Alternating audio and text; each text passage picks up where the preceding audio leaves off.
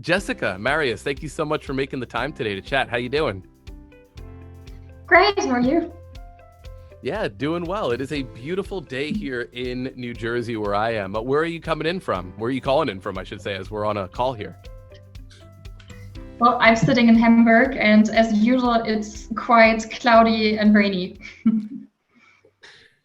Hi, John. Yeah, same for me. I'm located in Mainz, which is close to Frankfurt, so south of Hamburg, but weather did not really differ that much. However, yeah, thank you very much for having us. It's a pleasure to participate in this, and yeah, greetings to New Jersey. Absolutely. And I love your background, by the way, too. You're in the clouds. Everything's awesome there.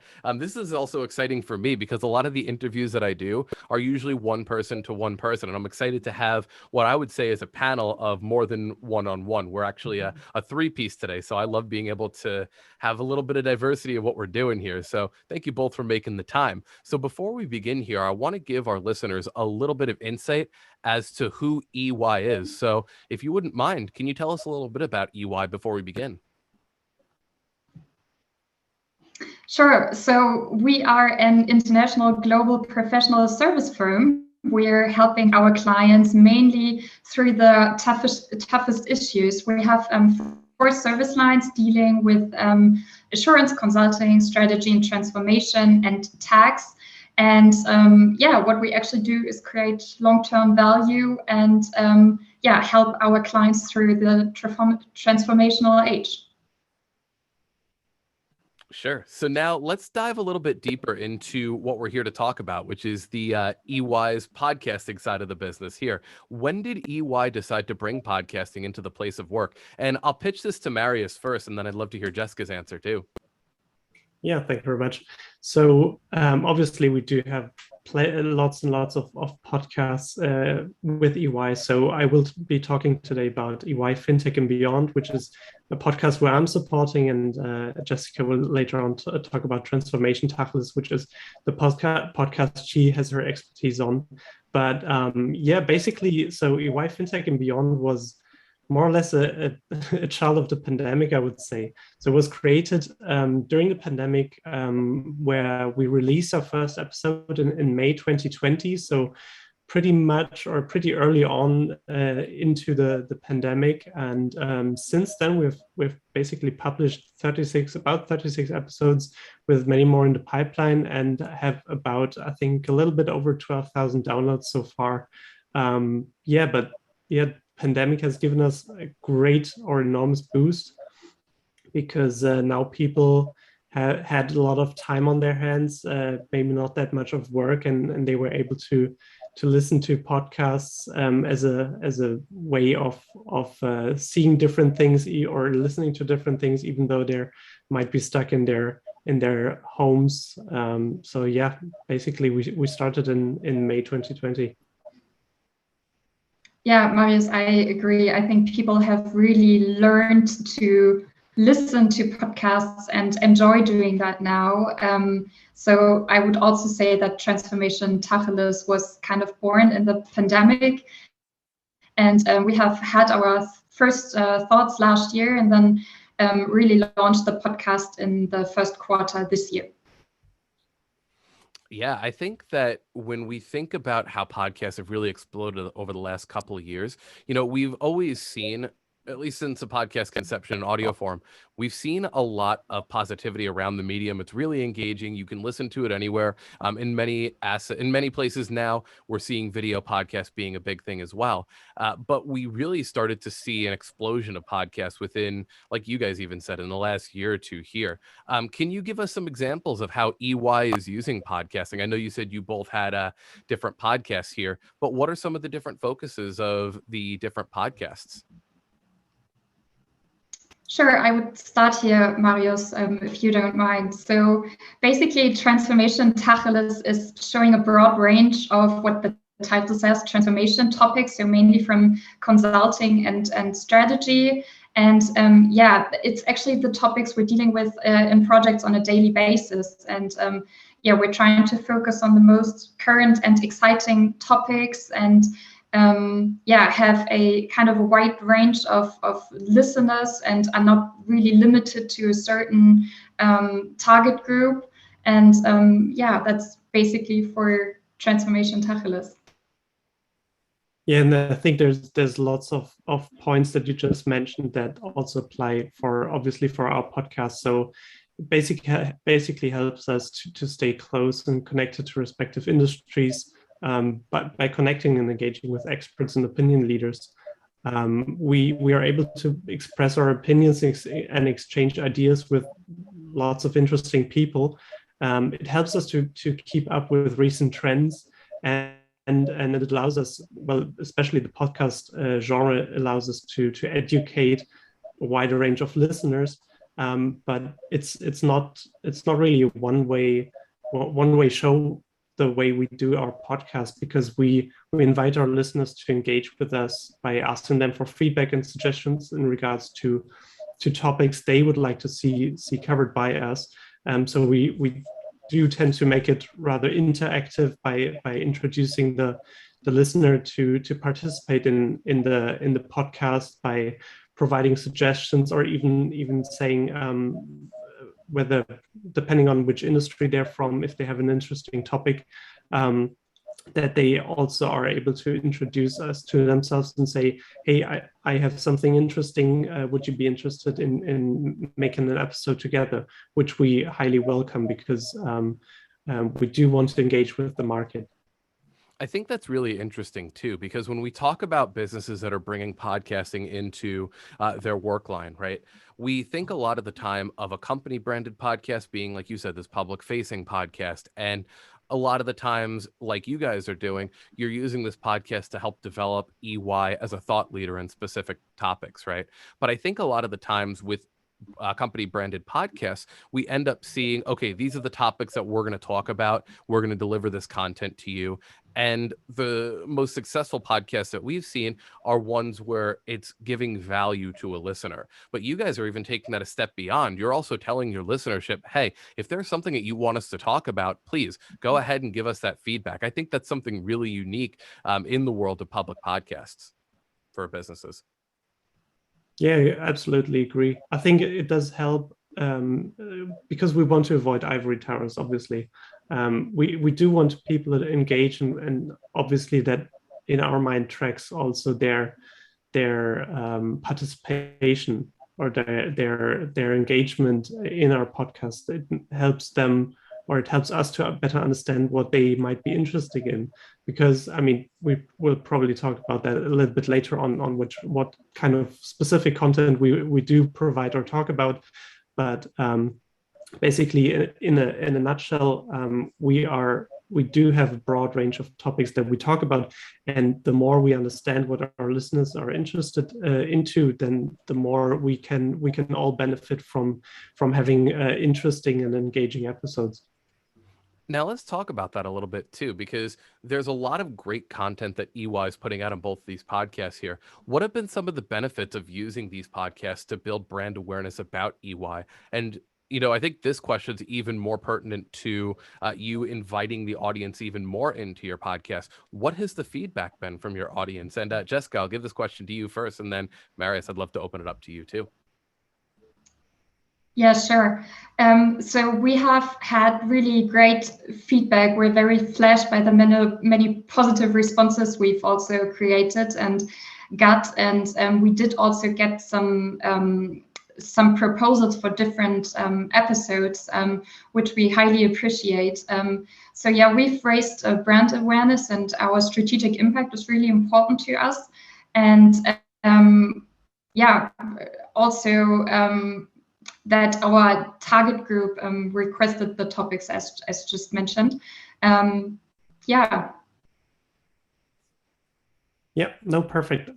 So in my mind, especially, so yeah, I can only agree. Feedback has been really great from our audience. We do see that in mails we receive after episodes, but we also see the engagement on social media, where people are sharing or liking our episodes that we published. And to your question about building brand awareness, so I would say, first of all, so audio content and more specifically podcast format, it does allow our listeners to consume our content whenever and from wherever it suits them best. So, for example, in contrast to webcast, our listeners do not need to sign up for an event for which they only have a specific time slot that allows them to participate, or they have to wait for the event to close and then wait for an email to come with a link to that. But they can basically consume it from wherever they want. It gives them the liberty to independently decide when and which episode they want to listen to, and I think that's really great. And second of all, in terms of us being able to create the podcast, we're pretty, or it's with relative ease that we're able to invite speakers into our podcast. There's not much lead time that we really need to produce one, and they don't need to be geographically close to us, which is obviously a benefit, because time management is really critical in this regard. So yeah, to your question, the building of brand awareness is really huge, because people, as we said earlier, people have always listened to podcasts since its introduction, but we've seen this huge boom in podcasts coming out and people listening to podcasts from wherever they are, and this helps us hugely. Sure. And one thing I love that you keep bringing up is that you do bring guests onto your show too.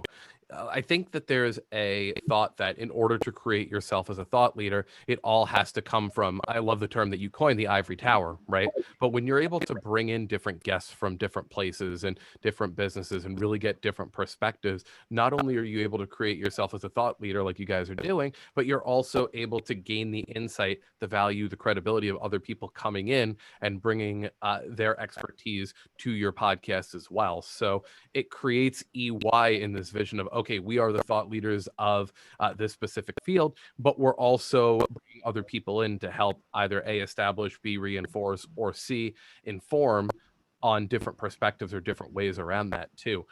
Now let's talk a little bit about that too, because I want to talk about, now that we're talking about bringing other people in and talking about that side of it, walk us through a couple different points of the audio series production here, such as who creates the content and who produces the content, and then finally who releases the content. Marius, I'll pitch this question to you first, and then I will pitch the same question to Jessica.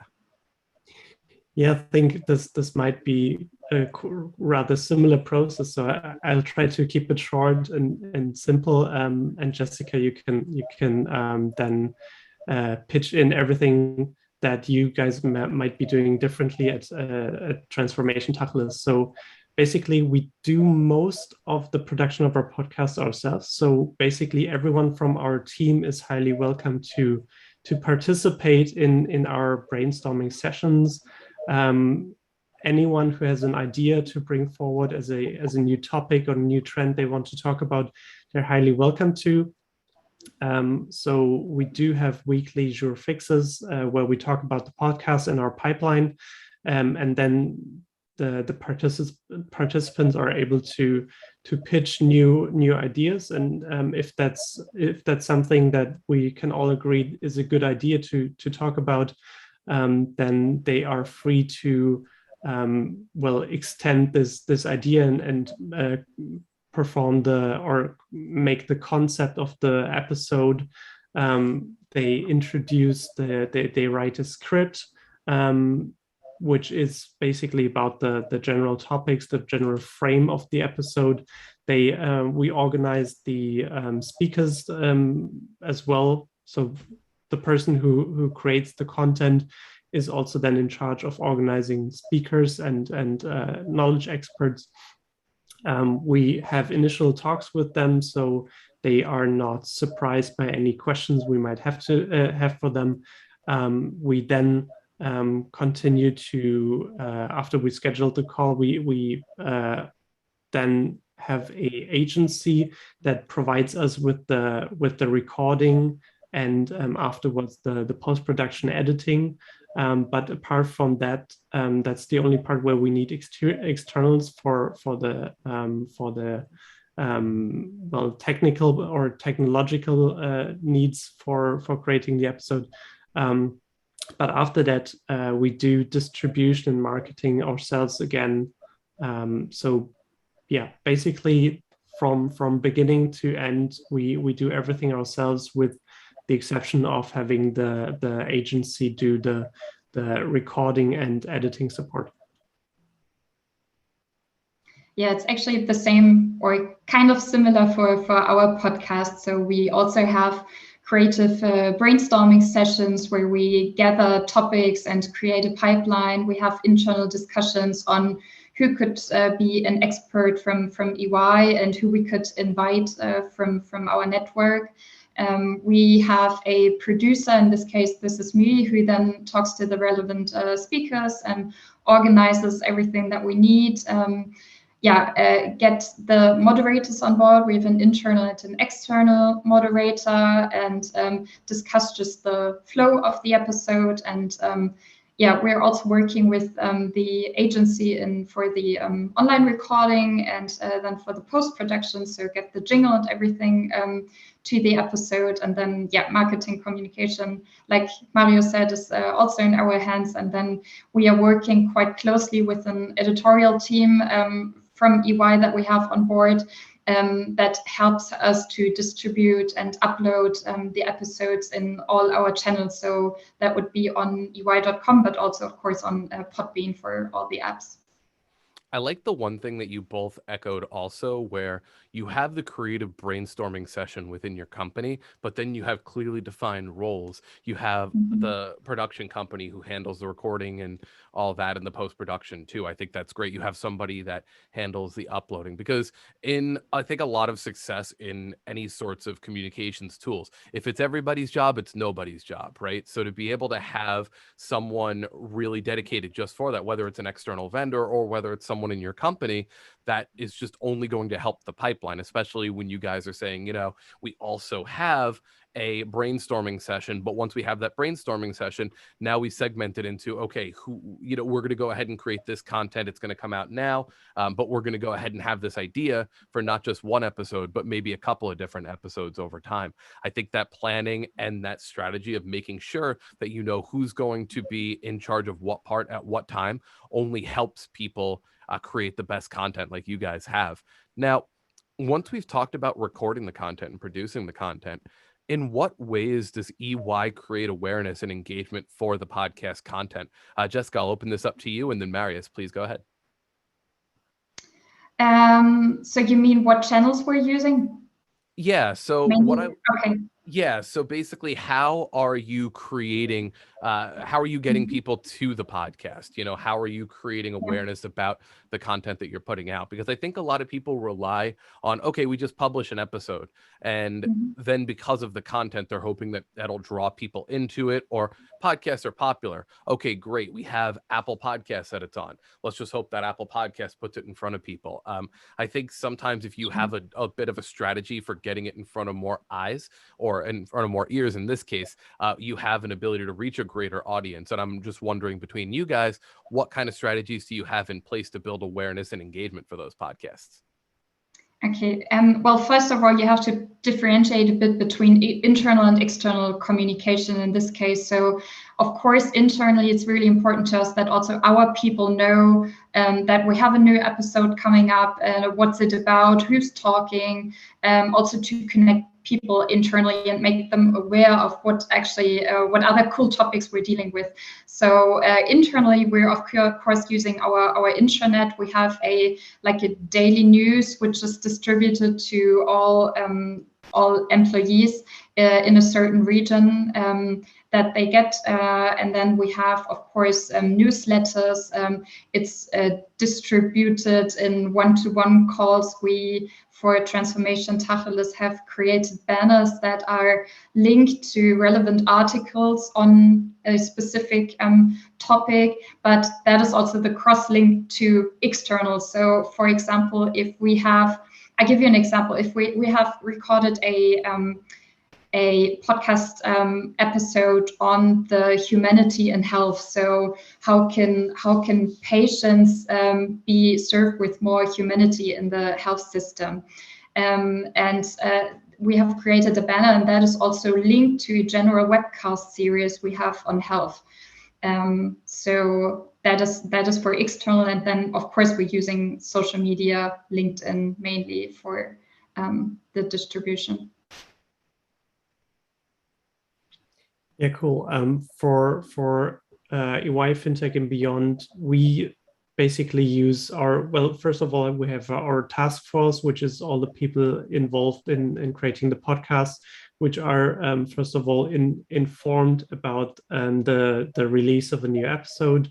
And we do then create or suggest them with one or two teasers about the episode that they can use to share on social media. But we also use our internal communication channels, such as an email to our teams, informing them about the new episode and welcoming them to engage with the content by either sharing, liking, commenting on it.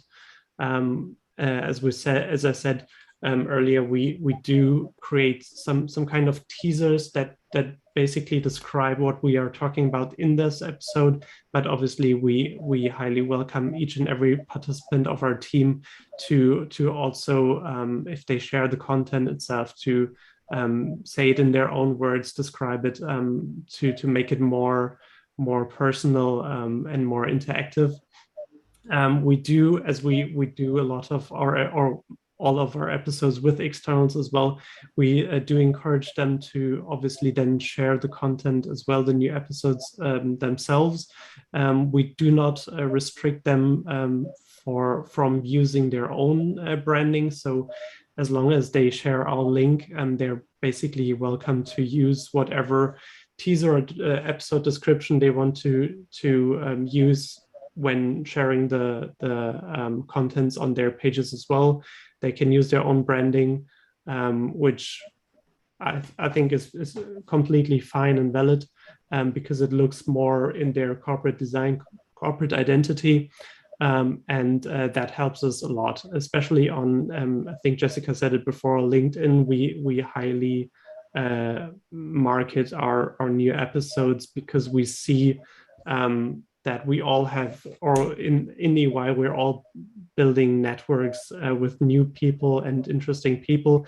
And those people also know probably even more interesting people that are then finding our content on LinkedIn, and then might be intrigued to have a look at or listen to our new episodes.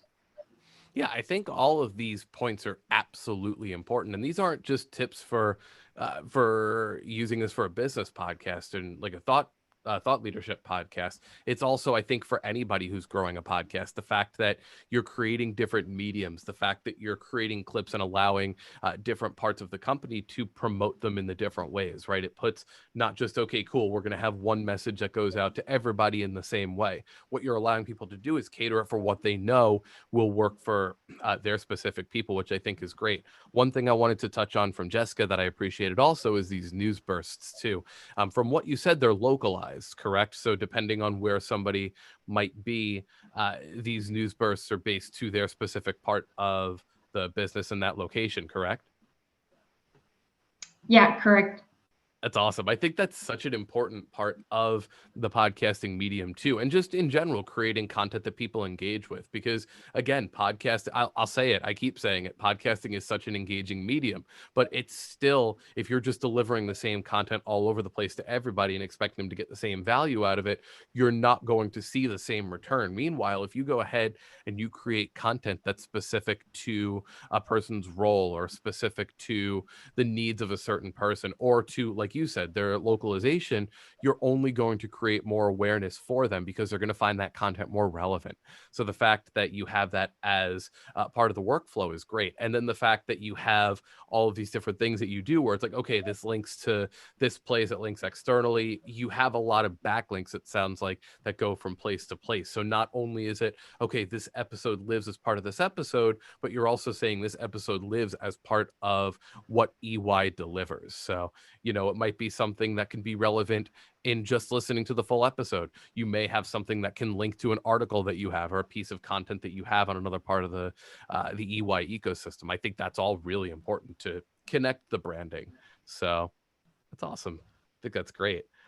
Let's also talk about some of the hurdles also, because we talk a lot about the successes of podcasting. But I think one thing that's important also is to understand the initial roadblocks, let's say.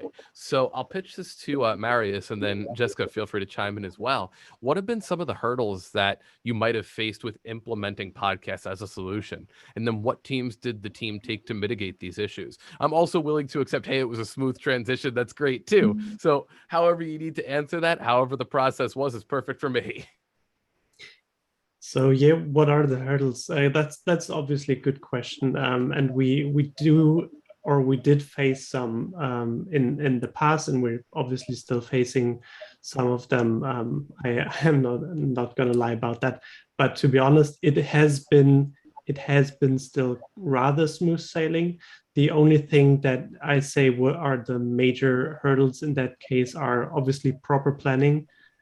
It is easy to create or come up with a new episode or a new idea for an episode. That is easy, but then finding the speakers, which is still fairly easy, because people are just really committed to engage. They're really happy if you ask them to come on your podcast, because it is still a fairly new medium. People are probably bored of being on conferences or webcasts, and so being on a podcast is maybe something special. But depending on the number of external speakers that you have, and sometimes we have up to 4 speakers from different companies, plus 1 or 2 people that moderate the episode from our side.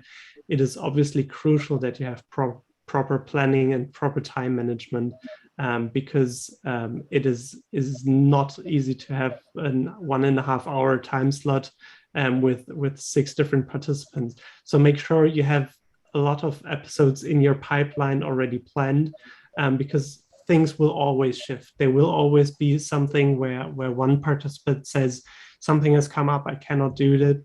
And then you don't really want to have or postpone a release of an episode for 1 or 2 weeks because you couldn't find a matching date. So always have something in your pipeline, maybe create even a surplus of episodes that you can just drop at every point in time when it's the most convenient for you, because as I said, something will happen.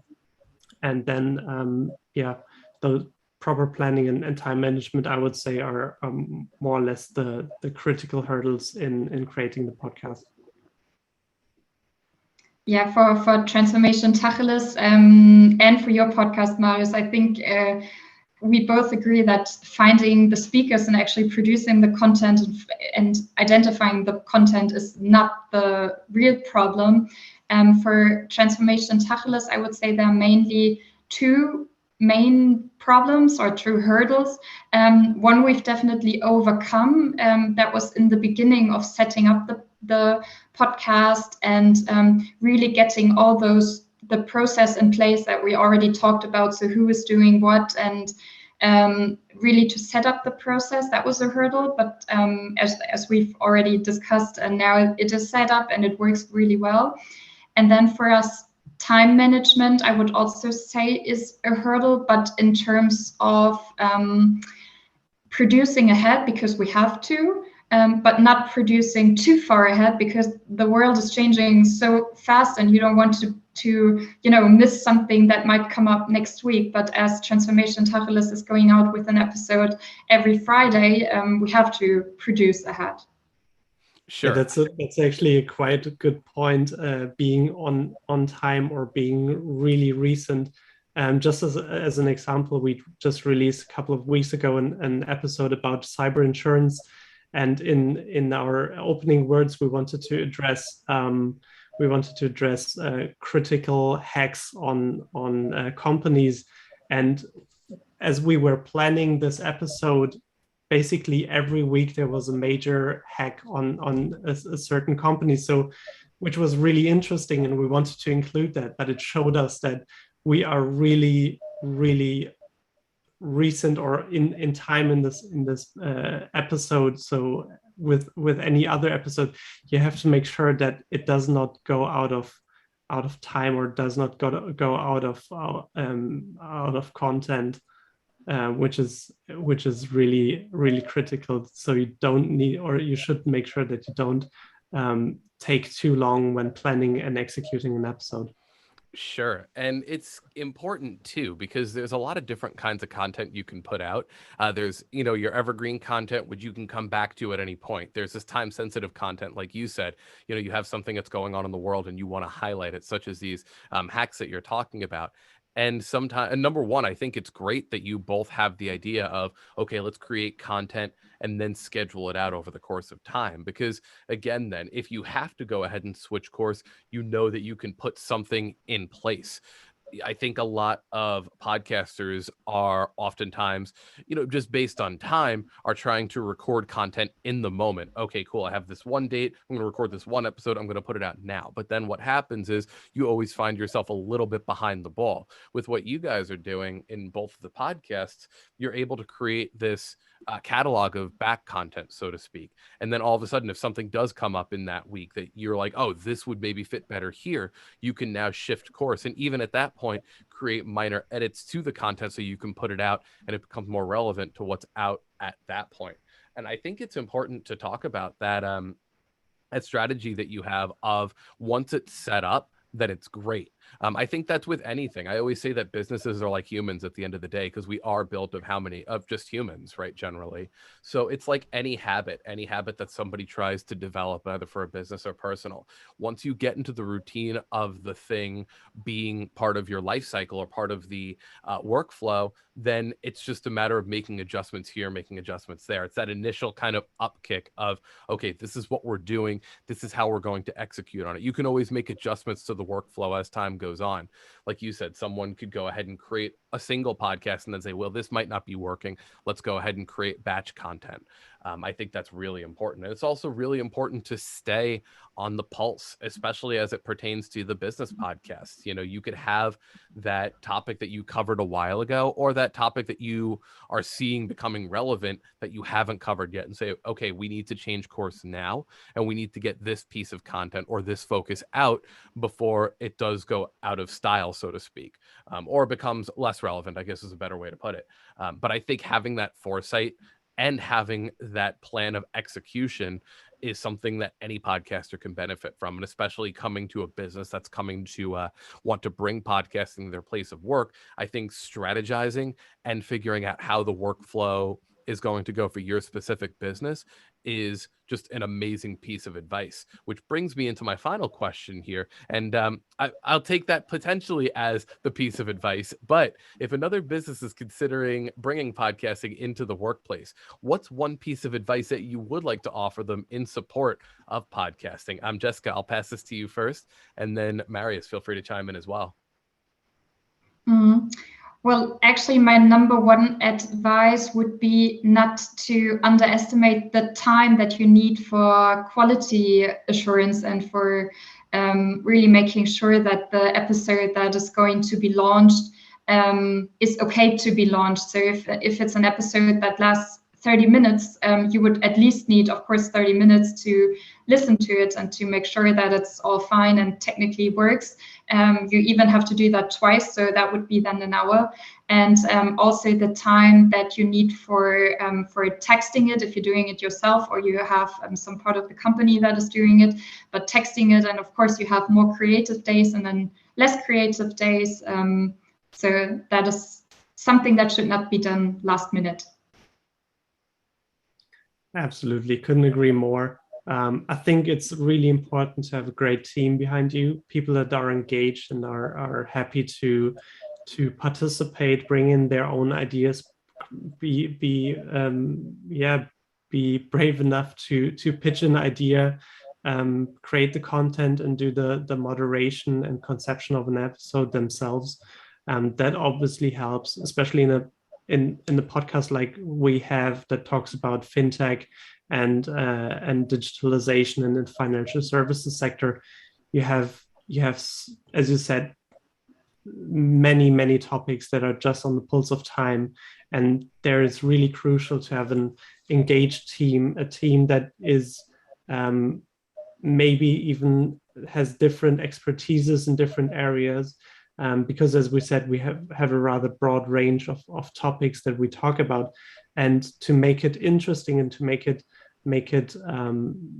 different each episode, it's good to have also not only a one-man show or two-man show, but have a team that is not afraid to pitch in and bring forward the content. I think if you have that and you're able to fill a pipeline or your pipeline with lots of different projects that you can broadcast to the public, I think that's great. And the more people you have involved from the creative side, the more content, the quicker you can grow, I can say. The more people you have that have the creative outlet to the podcast, the more people and the more information you can get out and different perspectives that you have too. I think both of those are great pieces of information too. And I think that, especially for Jessica's point about knowing how long it takes for the episode. I think a lot of people go into it going, okay, if we're going to have a half-hour episode, then a half hour is how long we need to record. But a lot of the times too, that could be the benchmark for how long you want your podcast to be. You may have a 45-minute conversation. You may have an hour conversation that you need to chop down to that format, right? So you might have a part 1 and a part 2. I love the fact that you said basically measure twice, cut once. You want to go ahead and listen back to your content and make sure that's something you want to put out. There's a lot of editing that can go into it, or minute editing if you feel that the episode was just straight out of the gate great. Some people put intro music, some people put outro music, some people also put some different information about their companies within the podcast also, which is a great tool too. But being able to really think about, okay, per episode, we want the episode to generally be about this long. So thinking about how much time in a work week you have to allocate to that is extremely important. And then if you find that you don't have that time within the company, like you guys are talking about, you can outsource that to another company. You can outsource that to somebody else who that's their primary role, is to edit content, create the best sounding content, and deliver that back to you. That way you're simply in charge of the content that's being put out, and you're the one who's, let's say, releasing the content too. So I think those are great. I think those are both great points here. Well, Jessica, Marius, thank you so much for making the time to chat with us today. I love the fact that we can meet people from all around the globe in different businesses and talk about the world of podcasting. So thank you both for making the time. Thank you very much. Thanks for having us.